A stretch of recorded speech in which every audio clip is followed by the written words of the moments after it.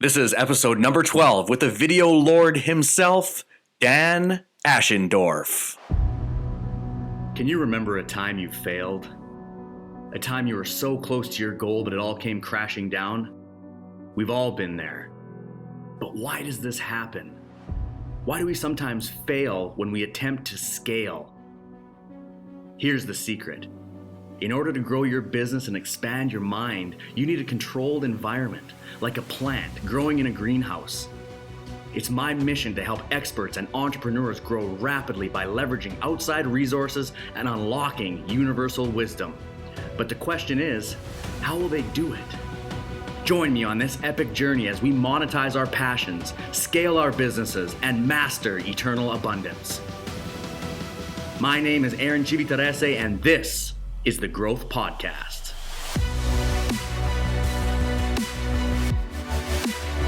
I'm here today with my guest, Dan Ashendorf, six-figure earner as a video marketing specialist, also known as the Lord of Video Marketing. Welcome to the Growth Podcast, Dan. Pleasure to have you here.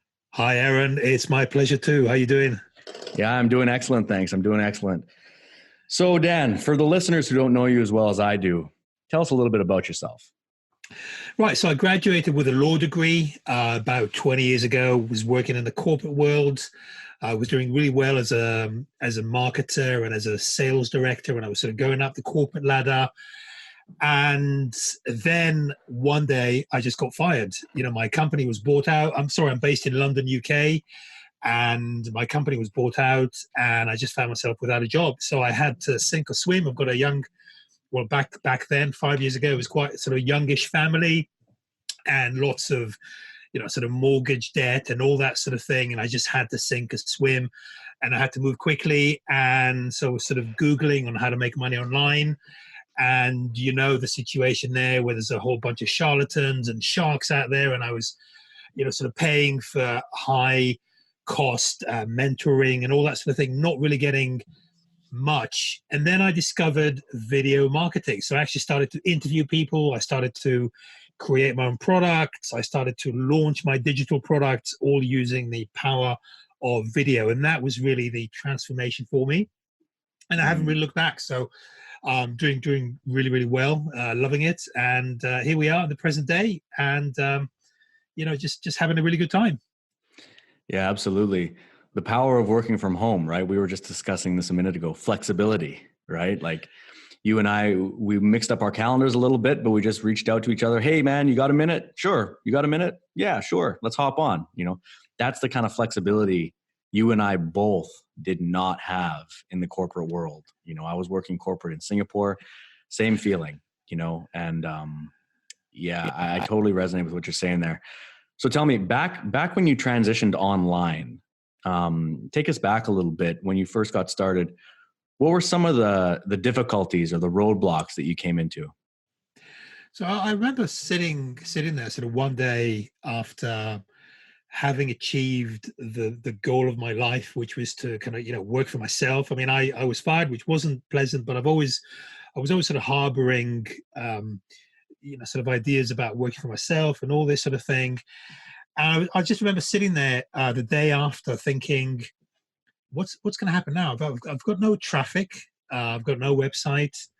I mean, I've been through this sort of coaching, mentoring, but what do I do now? I just don't know what to do. I mean, no one knows about me because when you're in the corporate world, you're quite well known. So you have these kind of silos. You're part of the marketing department. You go out to the pub on a Friday and there's all this stuff happening. You get rewards, you get promoted, just a lot of activity.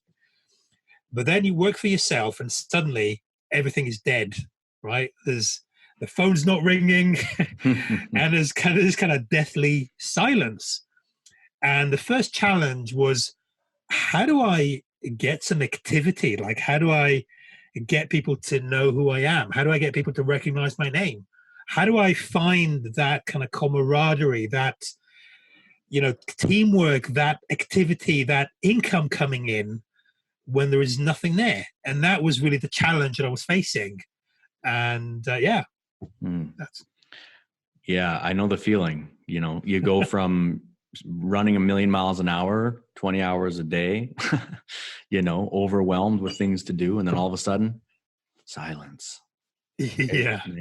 Being an entrepreneur, it's a lonely job. And when you're doing it at home or on the road or your hotel room, Airbnb, wherever you're working from as a digital entrepreneur, it can be very lonely. I mean, we're both sitting at home alone, talking to each other, right? I mean, the space is global, but at the end of the day, you're just sitting at your house, right, in your office or on your couch or whatever it may be. It's an interesting zone, that's for sure. Yeah, That was in the beginning, and then it all sort of kicked off. exactly. So now it's very, very different. I mean, now I haven't got sort of a minute to myself. It's busy, it's buzzing, it's lucrative. I love working for myself. I love working from home. I love the fact that I don't have to commute. I mean, London, I suppose, just like any other big city, I think there's more and more stress on the public transport. It's getting unsafe. I mean, I don't want to get sort of too political or anything, but there's a huge amount of knife crime, and I think the public transport is really sort of creaking, and I'm just grateful, man, every day that I don't have to go through that. So there's a few. I mean, it did the phones kind of went silent for a bit, but now it's 180 degrees from that. So it's really good fun. Yeah. I mean, blocking your day is an understatement in this game, right? It's 30, 45-minute intervals, and it's back to back to back. I mean, I find myself having to just like literally, I schedule in lunch. You know what I mean? Yeah. I schedule in go grocery shopping with my wife. Like I literally put it in my calendar, 45 minutes, because there's a call before that, there's a call after, and there's a training and there's a webinar. Like it's all back to back to back to back. And yeah, at the beginning, it definitely wasn't like that. It was very quiet. But as you gain momentum and you gain authority and you gain skills, you become sought after, just like you are with your video marketing.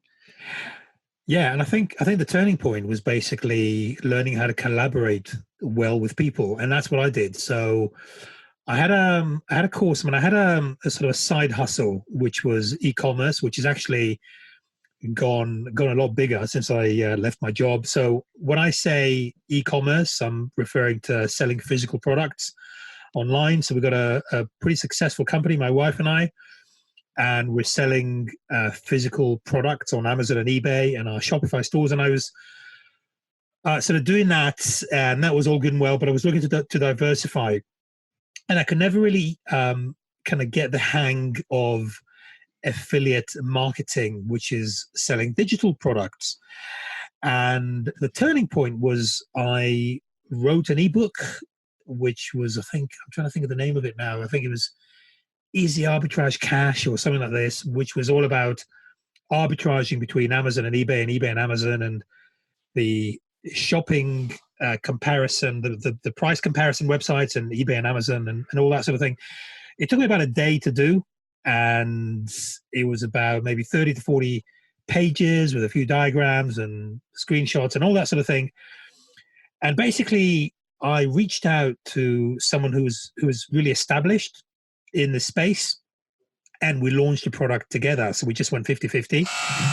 We sold about 3,000 copies of that ebook.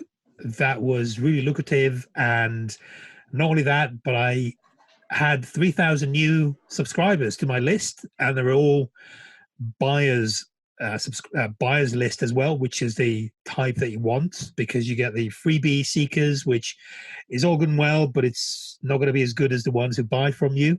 So I had 3,000 people on my list, and I after that we did a webinar to that list as well, which was really lucrative. And suddenly I was in business.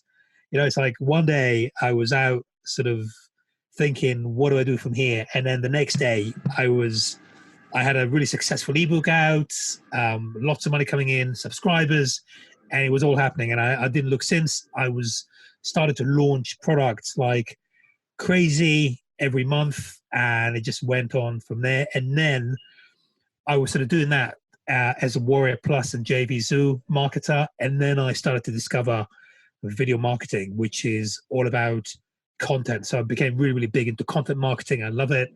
it really establishes your authority, and it really resonates with people. They get to see you, or they get to kind of hear what you have to say, or they get to read your material.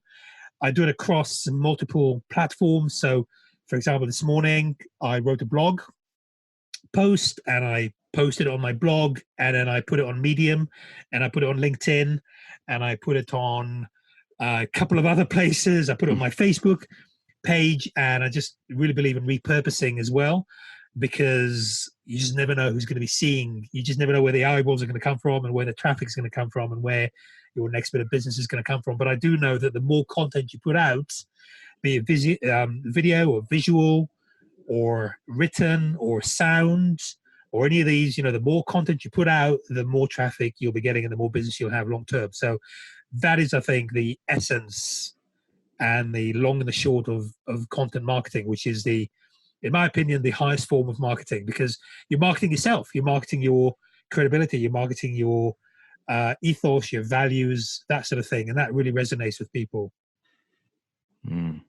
Absolutely. Yeah, I couldn't agree more. Could not agree more. You touched on something there that's quite interesting. And for the growing entrepreneurs listening, I believe this could be something very impactful for them. If I could ask you to elaborate a little bit on something. You talk about creating content that attracts buyers versus attracting freebie seekers. Now, this was something I struggled with at the beginning of my journey, and I was creating the content, and I was attracting sort of victim mentality people because I was myself in a bit of a dark hole. So my question for you is, for the listeners out there, maybe they're looking at their own funnels, or maybe they're looking at their groups or their Facebook friends or whatever, and maybe they're also attracting freebie seekers. What would you say to them to help them attract buyers or business partners? Yeah, it's a really good question. So obviously, when someone buys a product, there's a spectrum. So it could go from 1 cent or say $1, which I think is probably the lowest you can have in any of the larger networks like ClickBank and JVZoo and Warrior Plus. I think $1 is probably the lowest you can sell your products for. So what you can do if you want to get people who are serious. So when we talk about buyers, we're looking at sort of a strata of people who are serious. Okay, so they're not afraid of spending a bit of money. So that when someone is buying something from you, even if it's $1, even a $1 could be a slightly extreme example, but say $4.95, they're willing to spend $4.95, they would be willing to spend $995 as well, because they are willing to pay for knowledge. They're willing to pay for services, right? It's just something that happens in marketing. I don't know why. I can't really explain it, but it's just one of those things. So it really depends on how you market your content. So you can either, for example, in Udemy or Udemy, you can create a whole bunch of free courses, and you'll get 100,000 people who've downloaded your course for free, and that's fine. And I'm sure that you're going to get some buyers in there, but that's a different strategy from saying off the word go to market the course for whatever it is, say $9.95 or $20 or whatever it is, and then you're going to get an entirely different clientele. And then the other way to look at it is maybe to start with a low funnel. I mean, some of the things that I do, for example, is I get people into the funnel for maybe a couple of dollars, and then there's an upsell and there's another upsell. And this is how it's a really good way to build relationships. But it's also a good way to, when you start driving traffic, especially paid traffic, it really does make a difference to your ROI, to your return on investment. So if you can get into this stream of people who are willing to pay for your products, then you are on an entirely different footing as far as your business is concerned. Yeah, exactly. The ascension ladder, right? Yeah, good stuff. So tell me, you're obviously crushing it. You're doing a lot of awesome stuff. I was checking you out earlier, and I mean, you have all these different revenue streams and you have all these different things happening. when was kind of the light bulb moment, and what steps did you take to launch your let's say your most, I don't want to say profitable, but I would say most passionate business? How did that look? So let me just start by way of saying, so I've got a couple of revenue streams. So the first one that you've touched upon is launching products, and that's entirely different from the video marketing that we spoke about. So launching digital products, I do that through established marketplaces. So we've spoken about Udemy, and we've spoken about ClickBank and Warrior Plus and JVZoo. So anywhere that people hang out that are looking for your products. So in the case of physical goods, I do that with Amazon and eBay, because that's what people go to. I don't want to be reinventing the wheel. I don't want to be creating traffic from thin air. So I just go into the flow. So there's a flow, there's a huge deluge of people looking for stuff. And provided I put my products in their way, they will find me. So I need to be good. I need to be competitive. I need for it to convert.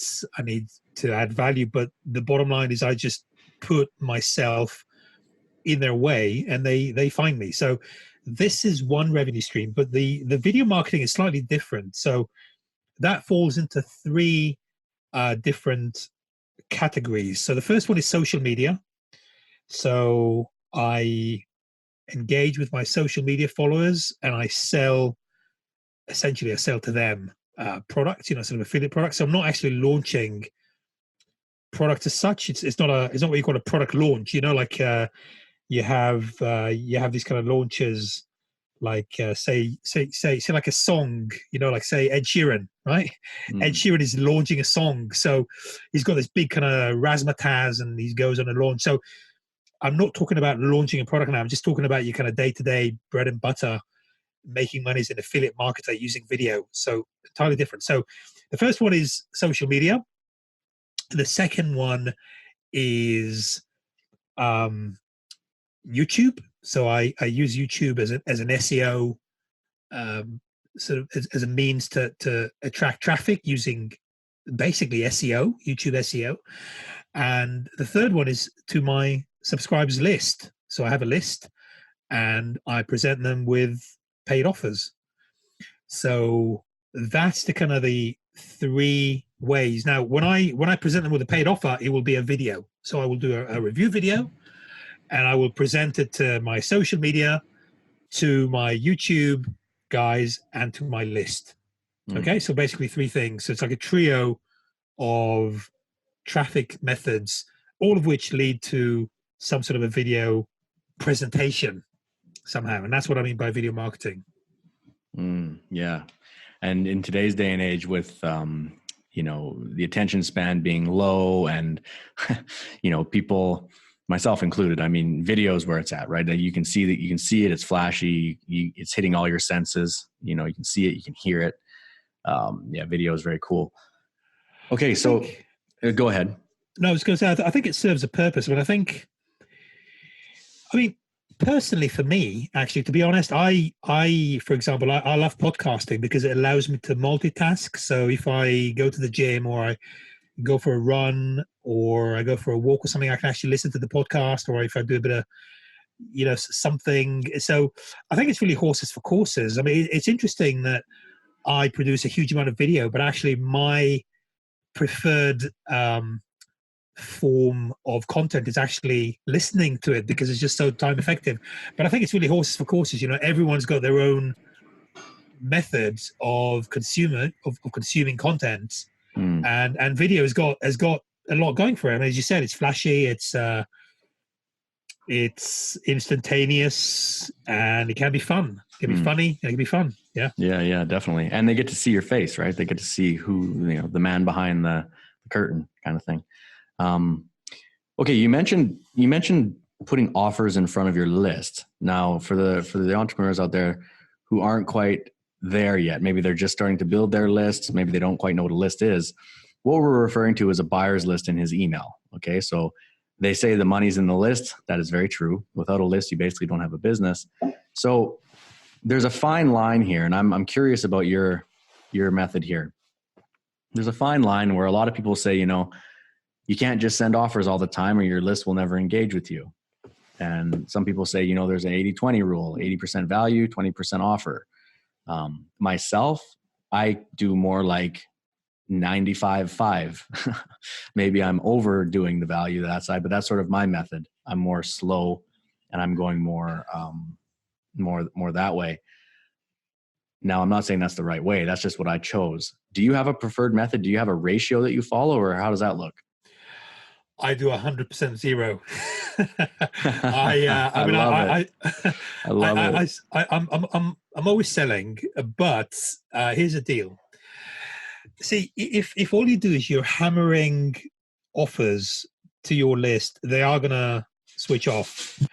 And let's make no mistakes about this. I mean, you could be doing 100% zero on the value side. People are going to switch off. I mean, there's a guy who I really love reading his stuff. His name is Seth Godin. I'm sure you're familiar with him, and he hardly does any marketing. He's got this amazing blog, and I'm on his list. But after a while, I just don't have the time. I'm thinking, oh my god, like it's another email, whatever. I just kind of read them quite irregularly now. And the point I'm trying to make is that I'll elaborate on this on how you can get away with 100-0 in just a minute. But the point I'm trying to make is it doesn't matter how much value you add. It's a bit like listening to your favorite song. There just comes a time where you get bored. And this is why it's really important to always be replenishing your list. So as affiliate marketers, as email marketers, we are measured by how many new people, how many new subscribers we get onto our list on a daily basis. Now, they don't have to be buyers, but we do have to replenish the list on a daily basis. We can do it through ads. We can do it through social media. We can do it through any number of, there's 101 different ways you can build your list. But the point remains is, doesn't matter if you do 20-80 or 100-0 or whatever it is, you need to be replenishing that list. Now, going back to this thing I was saying about selling all the time. So what I do specifically is, even though I always have a paid offer, I also add a huge amount of value in my emails. So I add the value. I kind of add my blog post. I write, I put videos, whatever I do, it's like a bazaar of interest and value. But I always have a featured section in there. Always. So that bandwidth is never it's never sort of not used. Yeah. Wasted. Wasted. That's the word I'm looking for. It's never wasted. Exactly. So I think it's just about finding that kind of balance between adding value and not being, sort of too pushy. But ultimately, that's what I do, and that works for me. But I always have to replenish the list. Yeah. So I hear what you're saying. You're basically doing both 100% of the time, right? You're dropping heavy value and then you have an offer after it. I mean, it makes sense, right? Yeah. It's within. So it's inside. It's within. Yes, inside the body of the email. Yes. Yeah. So it's featured. Good. Yeah. Well, I'm jumping on your list as soon as we get off this podcast, my man. I want to see how this works. Right? That's what it's all about. Okay. So here's one for you. During your journey, from corporate to going online where it was crickets, and then now catching stride and now turning into, the Lord of video marketing himself. What was a transformation that happened that you didn't realize was going to happen? So there's a couple of things that have really changed my life. The first one was starting to listen to podcasts, and suddenly, because I was so busy, I just never had time to read. I sort of knew that I had to read, but I just never had the time. So suddenly you listen to the greats, and without mentioning any names, but there's just a huge amount of talent out there. And suddenly that really broadened my horizons. I'm thinking, wow, I mean, this stuff is like really cool. And so that was a really big change. That really started to kind of change my perspective. I became a lot more kind of sociable. I mean, I was never not sociable, but I think you live and die by how you get on with people. So you need to be, you don't have this sort of corporate blanket that you can say, well, sorry, Gov, I mean, I'm in a silo. I mean, let's just assume that you're a tech head, you work in the IT department, and someone comes to you with a problem and you say, sorry, Gov, this is not my job. Go to someone else. You can't do that. So unless you're like being really helpful and happy-go-lucky, and people want to come to you because you're adding value, because you're just a nice guy and you're kind of adding value, kind of getting on with people, then you are going to be limiting yourself. So that was another transformation that I was going through. Can't really think of anything else. I mean, I just started to become a lot more efficient as well. I mean, there's very little wasted time. I mean, as you said, you need to schedule things because time is money. And unless you schedule it, it's just not going to get done. So I'm just working. I'm not actually working harder than I used to before, but I'm a lot more efficient, and I'm a lot leaner. I think you just become this kind of tiger. You just and I'm really loving it. I mean, you don't have this. I think a lot of people in the corporate world, they just go a bit kind of fat, not in body, but they just go a bit fat, sort of, and lazy a bit mentally, because you have a lot of that. Whereas you work for yourself, and you're good, you need to shed that weight, and also a little bit in terms of video as well. I mean, physically as well. I mean, you need to be like pretty fit, because you need to be putting your best foot forward, because you're very visible, right? So you need to be exercising, not just mentally but physically as well. Yeah. That's funny. One of my mentors said one time to a group of us, he was like, if you ever want to get fit, just join a weight loss company. You're gonna have to post selfies in the mirror all day. Yeah. Right. Put yourself out there. Yeah, it's funny. Talking about corporate and fat in the mind and things like that. Oh man, I couldn't agree more. It comes down to being a robotic drone. And this is my opinion, but I'm pretty sure that it's spot on if I am so modest. It's because you're doing the work for the company based on the SOPs that you're given, and you can't divert from them and use your own imagination to make the situation better. You have to follow their SOPs. And if you don't, you get a memo or you get fired or whatever. And in doing so, you reduce your capacity for fun, play, inspiration, art. All of that stuff kind of gets dimmed. At least it did for me. And as soon as I stepped away from that and went into consulting, even when I was consulting, it started making a comeback because I could be creative with how I gave advice to the businesses I was consulting for, and then as soon as you go online and as your own boss, as an entrepreneur, like, it's you versus the world at this point, and you better get creative and you better put your best foot forward and you better come out swinging with super value, but in a creative way, because it's a competitive marketplace. You can't be boring. Right. So it's like, I think I feel the same way you feel it. It's like you stepping into your true authentic self through this process of becoming an entrepreneur, an online entrepreneur in our case. You're stepping into your true authentic self and you're shedding that shell of the corporate robot. Does that make sense? Yeah. Yeah. 100%. 100%. Okay. Yeah. Cool. So I'm not totally out in left field, right? Even if I am, I'm going to own it. I love left field. It's great. Yeah. Yeah. Okay, Dan. Well, this has been a real pleasure. You're doing great things, and I've been following you a while, and I see the success you have, and you're living the dream there. You're doing it.